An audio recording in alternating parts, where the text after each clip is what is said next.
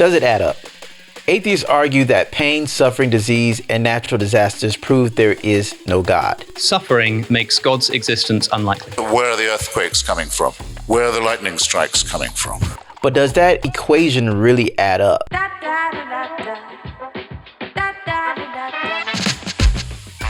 The Christian worldview tells a different story. These things do not prove the inexistence of God. Rather, they reveal, 1, the consequences of sin. We have to go back to the garden where Adam and Eve brought sin and death to all humanity through rebellion against God. Genesis chapter 3, 17 through 19 says, "Cursed is the ground because of you. Through painful toil you will eat food from it all the days of your life. It will produce thorns and thistles for you." So we see that Adam and Eve's sin just didn't affect them, but it affected the land. It affected the ground. That is the nature of sin.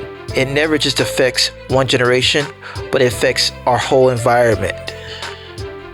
To the woman, he said, "I will make your pains in childbearing very severe. With painful labor you will give birth to children. Your desire will be for your husband, and he will rule over you." Since Adam and Eve's rebellion, sin has corrupted the natural order, leading to death, suffering, and even environmental disorder. 2. The activity of Satan.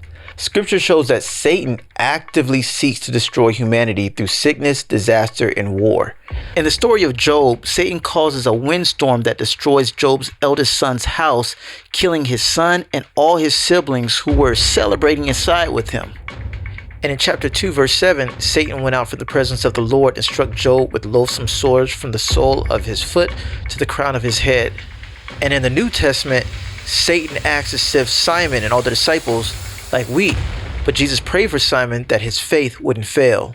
This is why it's important for us as believers to stay alert and pray, because the devil lurks around like a roaring lion looking for someone to devour, and it is our responsibility to cancel the plans of the enemy through prayer. That leads us to our third point, human responsibility. God created us as co-creators with free will. When we reject his ways, we allow sin and evil to flourish instead of pushing back against it through faith, obedience, and prayer. James chapter 4 says, "Submit yourselves then to God, resist the devil, and he will flee from you." When we are submitted to God, the devil must submit to us. Luke chapter 10 verse 19 says, "Look, I have given you authority to tread on serpents and scorpions and over all the power of the enemy, and nothing shall hurt you." This is the power that Jesus gives to his disciples. To our final point, God's redemption. Through Jesus Christ, we have the power to resist evil and restore what was broken. But without him, we remain vulnerable to the enemy's influence. In 1 John 3 verse 8, it says, "He who sins is of the devil, for the devil has sinned from the beginning. For this purpose the Son of God was manifested, that he might destroy the work of the devil." So if you're a believer, you are a solution to destroying the destruction in the world. In short, suffering doesn't prove God's absence or inexistence. It proves the reality of sin, the work of the devil, and the urgent need for humanity to align with God's will. We are called to be active participants in his restoration plan.